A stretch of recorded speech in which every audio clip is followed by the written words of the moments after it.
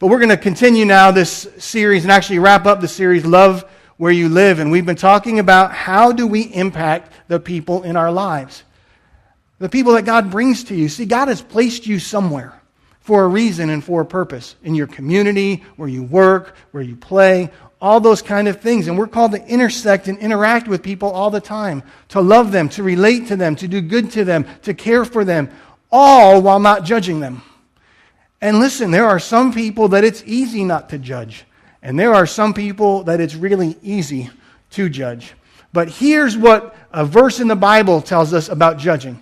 It's a rhetorical statement. It says this: who are you to judge your neighbor? Who are you? Who are you to judge someone else? Just before that, James, who's writing this letter, says there's one law and one judge. It's God. He's the one who judges, not you. Why do we think we can sit in judgment of our neighbors? And so we've learned throughout this series that this is what your neighbor means. This is the definition of what we're saying a neighbor is. Your neighbor is anyone you interact with.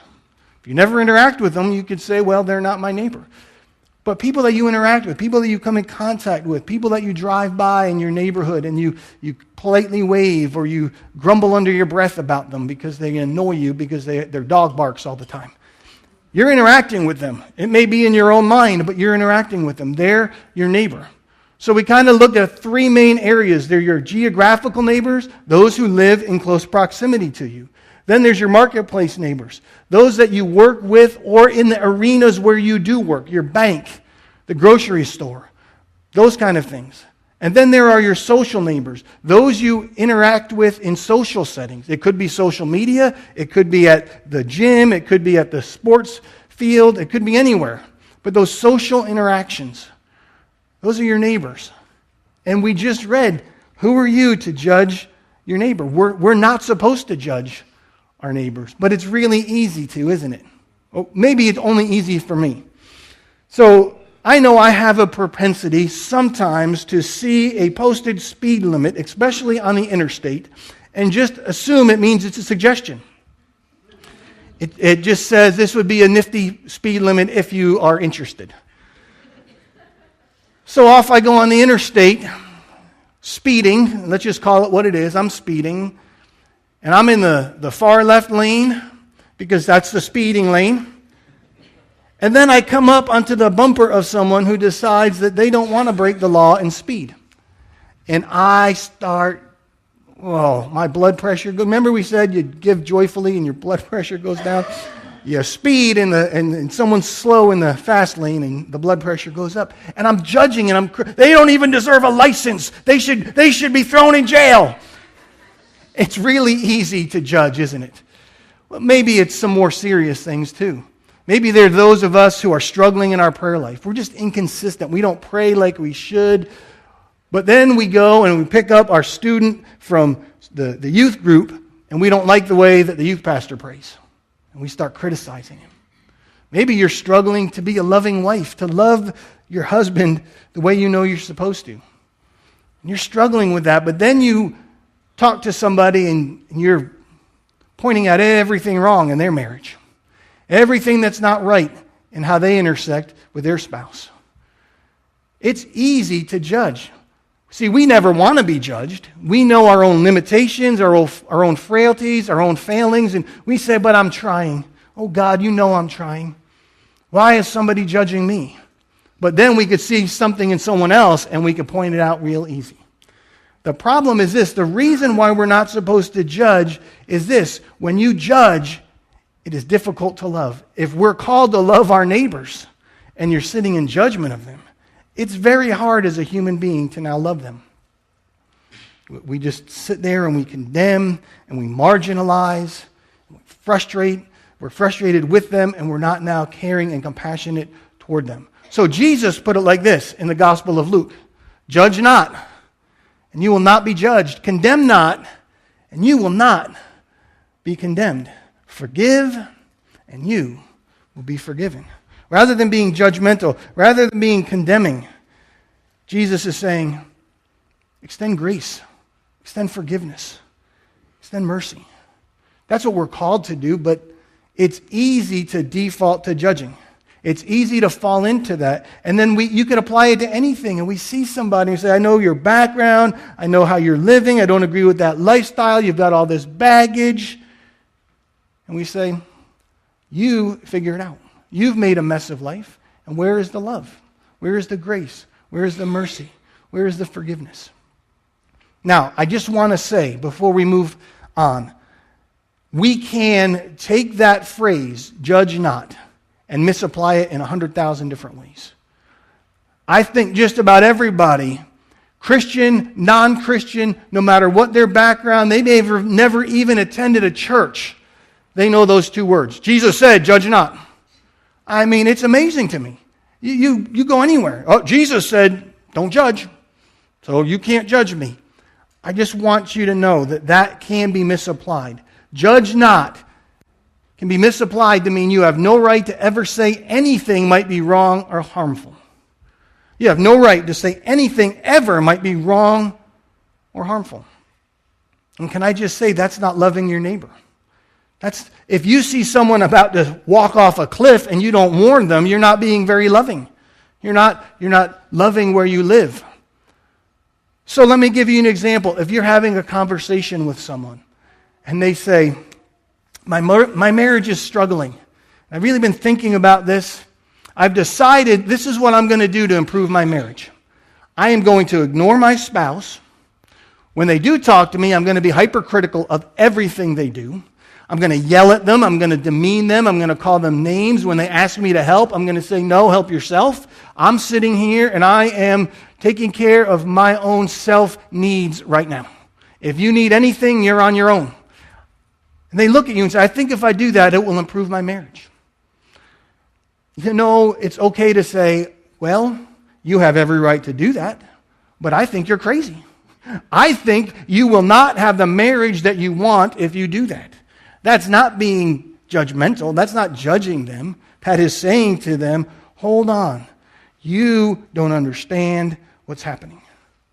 So there are times to take a stand. There are times that we have to say, no, that is wrong. That is outside of something that God makes clear in the Scriptures. That is not the wisest way to live. There are times we need to do that. And it's not being judging. But I also want to say this. Sometimes I think we're more worried about taking a stand than loving people. So I just want to say this. Do not be more concerned about taking a stand than kneeling to serve. Listen, there are times to take a stand, and when you have to, do it. But I'm telling you, Jesus came not to be served, but to serve and to give his life. And yes, there are times Jesus stood for truth as clear as anything. But more often than not, it was from a position of first having kneeled and washed someone's feet. We don't do that. We think we've claimed a moral high ground, and so we can stand, this is truth. But if you're standing above somebody, speaking down to them, you're not showing them love. When you kneel in front of them and speak in grace, it opens up all kind of things. So, if we're not to judge, what does it look like then to be in a relationship with people that are in our neighborhoods, whatever those neighborhoods are, and deal with the mess of life? Because life can be a mess. And if you're going to reach people who aren't Christians or who are new to the Christian faith and are struggling, or who have been Christian for a long time but just made a mess of things, you're going to have to deal with some stuff. So here is the difference. If you don't want to judge, here's what you need to do. You need to have a conversation. Have a conversation. You need to figure out how to talk to people. And it's not something we are actually good at in our current society. You watch anything on social media, everything is visceral. Somebody says one thing and there's no conversing, there's no dialogue, there's no way in which we can have social discourse. It's just harsh and angry, and it seems to be the tenor of everything. We need to learn how to have a conversation. And if you want to learn to have a conversation, there's 3 things. And so what I want to do is look at a story from the life of Jesus. It's one that he has a conversation, and it's incredible. And it covers these 3 things that we're going to look at. It's found in the Gospel of John, the 4th chapter. It's often called the story of the woman at the well, We're not going to read the whole thing. We're just going to read some parts of it. But if you're going to have a conversation, the first thing you need to do is connect. You need to connect. So in John chapter 4, verse 3, it says this. And he, Jesus, he left Judea and departed again for Galilee. And he had to pass through Samaria. Well, let me just say, I believe the Bible is the Word of God. I believe it is truth. But Jesus didn't have to go through Samaria. As a matter of fact, very few Jews would go through Samaria. If you look at a map of Israel, so you've got the Galilee up here along the western side of the Sea of Galilee. Then beneath that, slightly to the west, is Samaria. And then below that is Judea. So Jesus was down in Judea. He could have gone the normal route, which all Jews would have taken, which would have been to go along the Jordan River, just to the west bank of the Jordan River, walk up there and end right by the Sea of Galilee in the region called the Galilee. That's how we would have gone. That's how every Jew would have gone. No Jews went through Samaria. So when it says he had to go through Samaria, he didn't have to go through Samaria. He had to go through Samaria. See, Jesus looked and said, there is something here that I have to do. It wasn't that geographically he had to. It was that he was on a mission. Jesus was being extremely intentional because he was on a mission to seek and save the lost. And so he said, there is something I have to do. There's somewhere I have to go. So he had to pass through Samaria. So he's walking through Samaria. His disciples leave. They go to buy lunch. It's the middle of the day. They're going to buy food. They leave Jesus there to rest, to relax. He's by a well, Jacob's well. And he's hanging out. And then here is what we see. It says, Jesus, wearied as he was from his journey, was sitting beside the well. It was about the 6th hour. So the 6th hour means noon. They started counting time at 6 in the morning, so the 6th hour would be around noontime. And a woman from Samaria came to draw water. Now, make note of that. A woman from Samaria. She came to draw water. And then here's what it says. Jesus said to her, give me a drink. The Samaritan woman said to him, how is it that you, a Jew, ask for a drink from me, a woman of Samaria? So we have to understand what's happening here. I told you, Jews wouldn't go through Samaria. And the reason was the Jews looked down on the Samaritans. They looked down on them in multiple ways. There was an animosity there. So Jesus comes, he's being intentional, he says, I want to connect with this woman, so I have to go through Samaria. But Jesus understood there was all kind of rules and man-made rules and regulations that governed how people would interact, especially how Jews would interact with anyone, particularly with Samaritans. And in this intersection, in this time, Jesus breaks about every rule and regulation. They're not the law. They're not found in the law. These are man-made rules. And Jesus says, I don't care about any of those. Those are your rules. Those are your laws. I don't care about any of them. So what are some of the things he does? Well, first he went through Samaria. Second, he talked to a Samaritan. But it wasn't just any Samaritan. It was a woman. Third, he stood near to her and he took a drink from her. Now you say that doesn't sound like a big deal, but you have to understand. A Jewish man was pretty much prohibited from ever talking to a woman alone. It was against the regulations. So his disciples are gone, and they're there together, alone. What Jesus should have done, according to the custom, was if a woman approached where a man was standing, the man was to withdraw 20 paces from where the woman was going. Stand there in silence, wait till she finished, and when she left, he could go back. But Jesus stood there, and he didn't move, and she still came, which tells us something about this woman. See, she came at noon. Women did not draw water at noon. If you've ever been to Israel, noon in Israel is sweltering. It's hot. It's unbearable. No woman came to the well to get water at noon. They would come in the cool of the morning or the cool of the evening. And they would come as groups.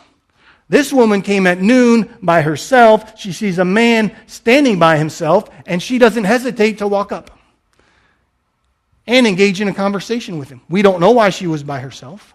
We don't know if it's because she was rejected by all the women, if she was marginalized, if everyone said, we know you, and we know your story, and we don't want anything to do with you, or if she just felt like she couldn't engage with these women.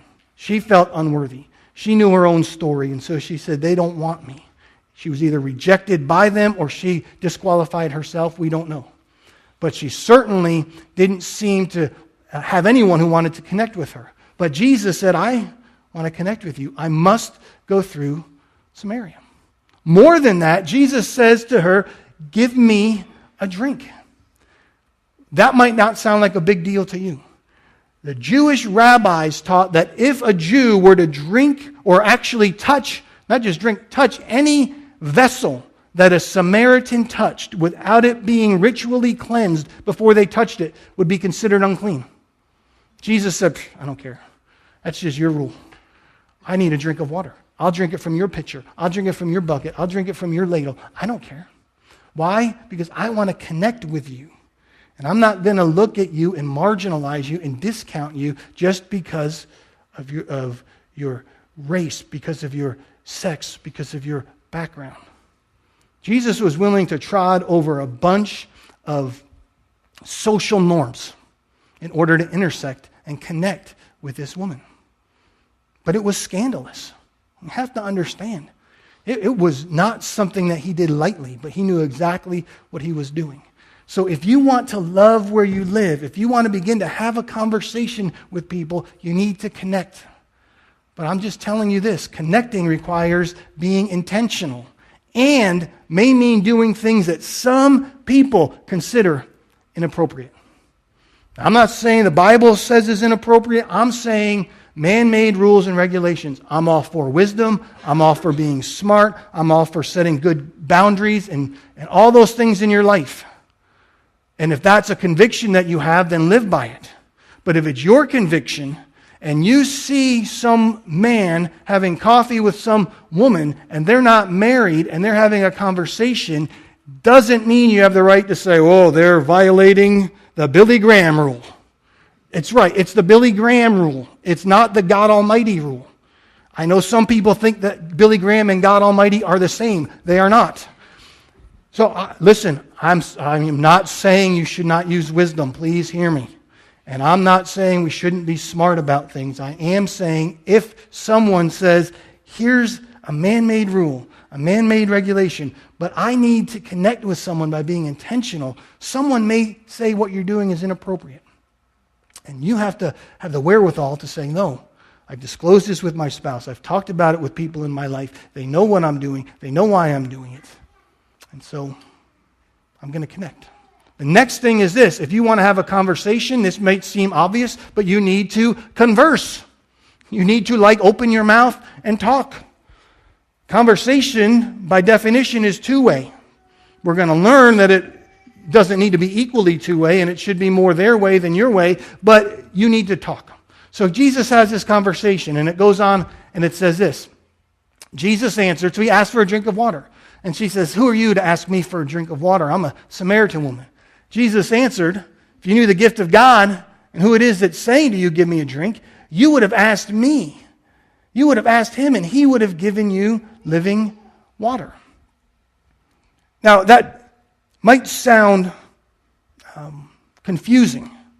If you'd have known, you would have asked. Jesus is saying, I am sitting here, and I'm offering you something. I've asked you for something, but now I am basically saying, if you'd like living water, I have it available. She didn't understand what that meant. She didn't really understand what living water meant, but she was intrigued by it. She said, there's something here that I need. There's something that is drawing me to understand what this man is talking about. And so her response is this.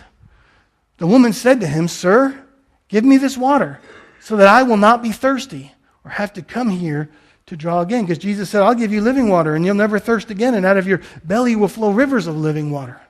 And she says, that's what I want. I need that. I don't even know what it means, but I need that. tired of coming to the well in the middle of the day and being hot and being alone and feeling uncared for and marginalized. I want that. I need that. But Jesus was willing to go into a conversation with this woman. He was willing to converse with her. And that means you don't simply stand there and say you're doing this wrong and you're doing that wrong. It says you hear their heart. Conversing says, I want to understand what it is that you are looking for. What is it in your life that needs to be fulfilled? So Jesus, in conversing with her, points her to living water. He says there's something that you're missing. When you have a conversation, it can point people to the only place they can have their deepest needs met. See, last week, and Pastor Aaron did a wonderful job. He talked about meeting a need. And there are physical needs we need to meet. But there are also the deeper needs.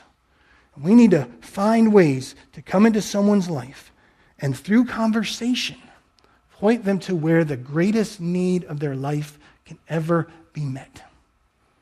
But it requires conversing, intentionally connecting and then conversing. So then the conversation goes on. Jesus said to her, go call your husband and come here. The woman answered him, I have no husband. Jesus said, you're right in saying I have no husband. In other words, he's saying, you're not lying to me. I appreciate that. For you have had 5 husbands, but the person you're living with now is not your husband. What you have said is true. So he reiterates it. I appreciate you not lying for me. You've had 5 different husbands. Now you're shacking up with Bob over here. But he doesn't say it in a condemning way. In the midst of the conversation, Jesus simply speaks truth. He's not trying to condemn. He's actually showing care. He's saying to the woman, I know everything about your past. I know the way you've lived. I know the mess you've made of your life. I know the train wreck that you've made. I know all this about you. And I still want to talk. I've still offered you living water. I still want to be engaged in a conversation with you. So, I don't care about your past. I don't care about what you've done. I don't care about any of those things. I have something to offer you. I have something that you can come and look at. See, a conversation isn't simply ramming truth down somebody's throat. A conversation is hearing their longing, their deepest needs, hearing their hurts, hearing their wounds, hearing their disappointments, and then offering them where they can find those needs met. See, and Jesus conversing with her, basically, this is what happened. By conversing, she heard that no matter how you've lived, you matter to me. No matter how you've lived, no matter the choices you've made, you've mattered to me. And when you converse with someone, that's what you need to begin to convey. You matter. You're important. This isn't about me being able to lay out the spiritual laws and the Roman road. There may be times for that. It's simply saying, you tell me what your hurts are. You tell me what your disappointments are. You tell me what your dreams are and how they were squashed. Because I want to point you to the one who can restore your dreams. I want to point you to the one who can give you hope. I want to point you to the one who could put your life back together. So we need to connect, we need to converse, and when you do that, something happens. You begin to show that you care. See, Jesus didn't point those things out because he was trying to condemn the woman. He pointed those things out because he cared about her. And he said, I don't care what you've done. I care about your future, and I want to reclaim it. When you begin connecting and conversing, you show care. Connecting and conversing show people that you care. It's having a conversation. It's saying, you matter to me. You're important. I care about you. Not what you've done, not the mess you've made. I care about you. And so here's the thing. The conversation goes on. We're not going to look at all of it, but they begin to talk about some of the theological things about where to worship God and how to worship God and who's right and who's wrong. And Jesus continues the conversation. And then, how does it end? It says the woman left and ran to the village. She just took off, ran to the village, and began to tell everybody, you need to come hear this guy. He is incredible. You need to listen to him. You need to converse with him. You need to connect with him. You need to hear his words. So she gets the whole village and they come out and they listen to Jesus. Jesus was only passing through. It says that he ended up staying for 2 days. They said, would you stay? And he stayed for 2 days.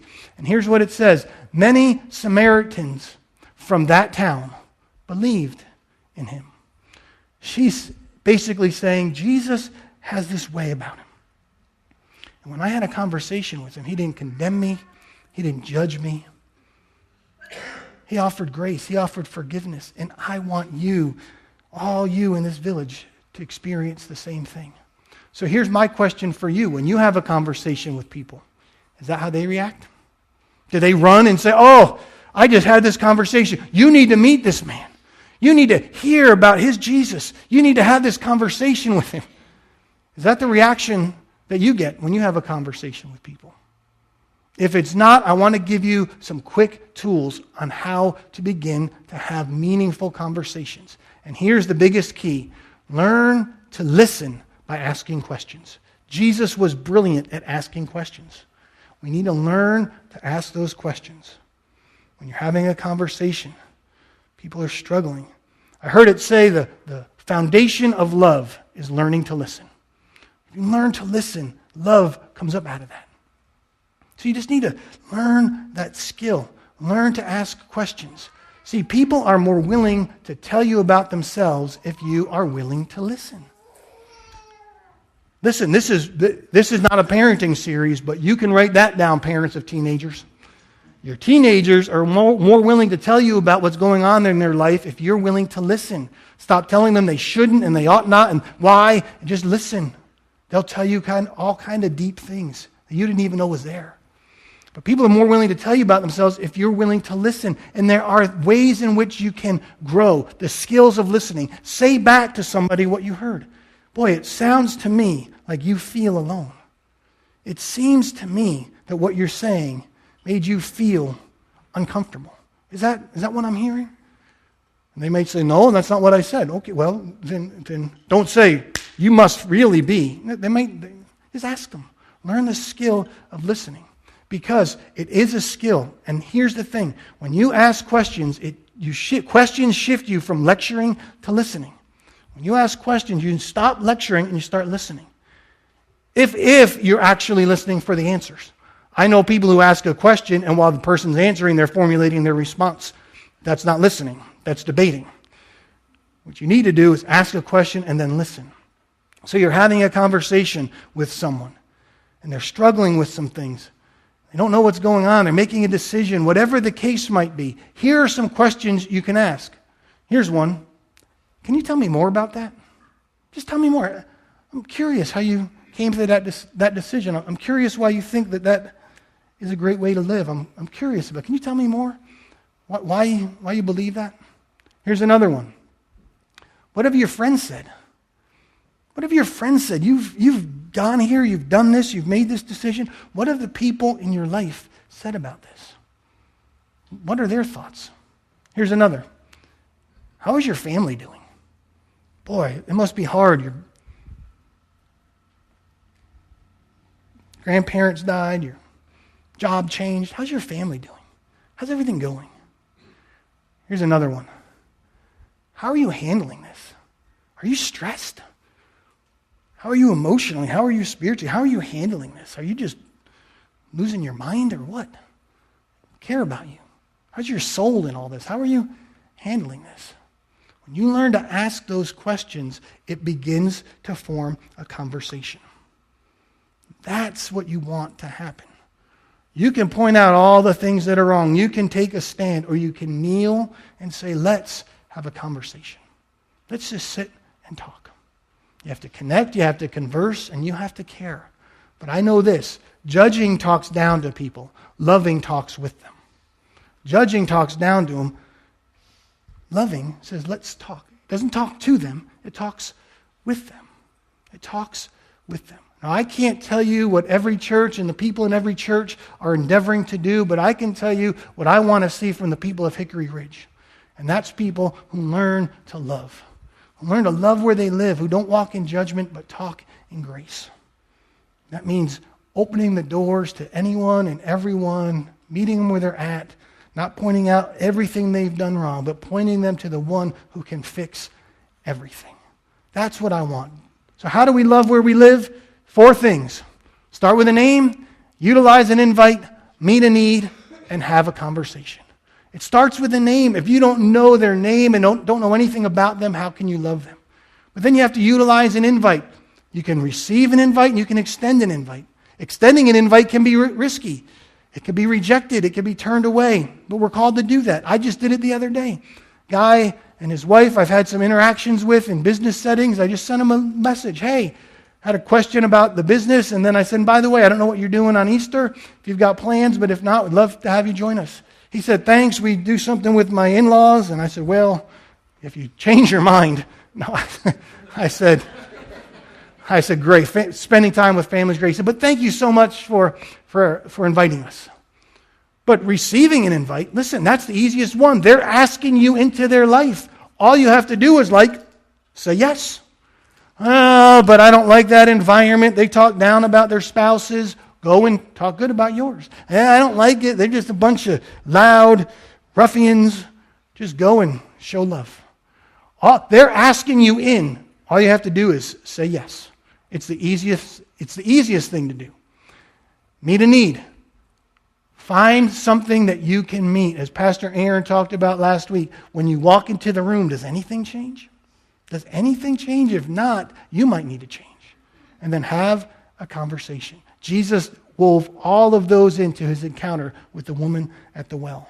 And it's what we're called to do if we're going to love where we live. So I'm going to ask if you'd stand with me this morning.